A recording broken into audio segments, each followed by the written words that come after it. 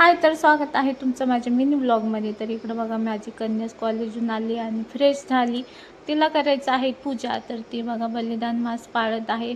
तर चला, तिची पूजा वगैरे झालेली आहे आणि इकडं आहोंचं काय चालले बघा, किती तोंडाला किती वेळ झालं मसाज करतायत, कशाने करतायत काय माहिती। तर चला, त्यांचं चालू असतं रोजचं, माझ्यापेक्षा तेच एवढं करतात काय सांगायचं तुम्हाला। मग हे बघा असंच ठेवतात स्क्रब, त्यांनी स्क्रब केलं वाटतं आणि वस्तू अशाच ठेवतात। मग मला आवडत नाही असं जागच्या जागी, सगळं आवडतं। आणि निघालो आम्ही लगेच बाहेर आम्ही जाणार होतो आमच्या बिल्लो राणीला घेऊन फिरायला। तर चला, बाहेरचा व्ह्यू एकच नंबर येतो।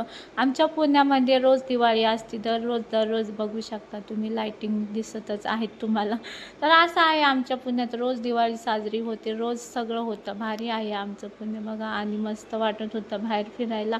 मग असं आम्ही आमची बिल्लो राणी लावली आणि आम्ही गेलेलो थोडंसं पूजेचं सामान म्हणजे अगरबत्ती वगैरे घ्यायला बघा। आपलं नादच खोळ आहे, आपण अशा मोठ्या मोठ्या दुकानात जातो काय घ्यायचं पाहिजे असलं की, माहिती आहे का, काय नसलं तरी चालेल पण आम्ही अशा मोठ्या दुकानामध्ये जाणार, काय नाही म्हणजे सगळं आहे आमच्याकडे, नाही का। तर चला, असं मस्त आम्ही गेलो, तिथं एवढं भारी भारी पूजेचं सामान होतं, पण आम्हाला काहीच नाही घ्यायचं होतं, फक्त अगरबत्ती कापूस वगैरे संपले होते ते घ्यायचे होते।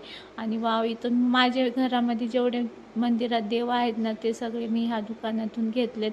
गेलो आणि तिकडे छानपैकी असं अगरबत्त्या बघितल्या, मला जास्त काही आपण बघत बसत नाही, मग इकडं मला हे वालीच लोबनची आवडली आणि मग मी तेच घेतली।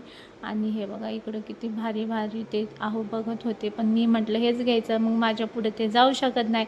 तर वाव, किती इथं कृष्णाच्या मूर्त्या, किती छान छान अशा मूर्त्या होत्या, पण खूप मंदिरात पण एवढी छान छान नाही वाटत, नाही का। मग इकडं कापूर घेतला, हे बघू शकता, कापूर वगैरे घेतला आणि आम्ही निघालो पुढच्या रस्त्याला। असं छान वाटत होतं बाहेर, नाही का, रात्रीचं खूप भारी वाटतं यार, घरामध्ये बोर होतं, गरम पण व्हायला लागले आजकाल जास्त।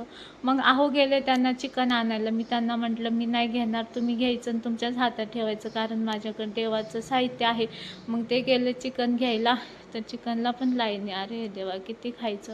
अरे बघा हे कुत्री कसे बसले, डॉगी लोक, त्यांना पीस लोक टाकता जाता जाता खाऊन पिऊन ते सुस्तावले होते आणि मस्त झोपले। आणि मरण काय असते ते ह्या जीवांना विचारा बाबा, त्यांच्यासमोर त्यांचे मरण दिसतं, बापरे, हे बघूनच मी खात नाही म्हणून नॉनव्हेज।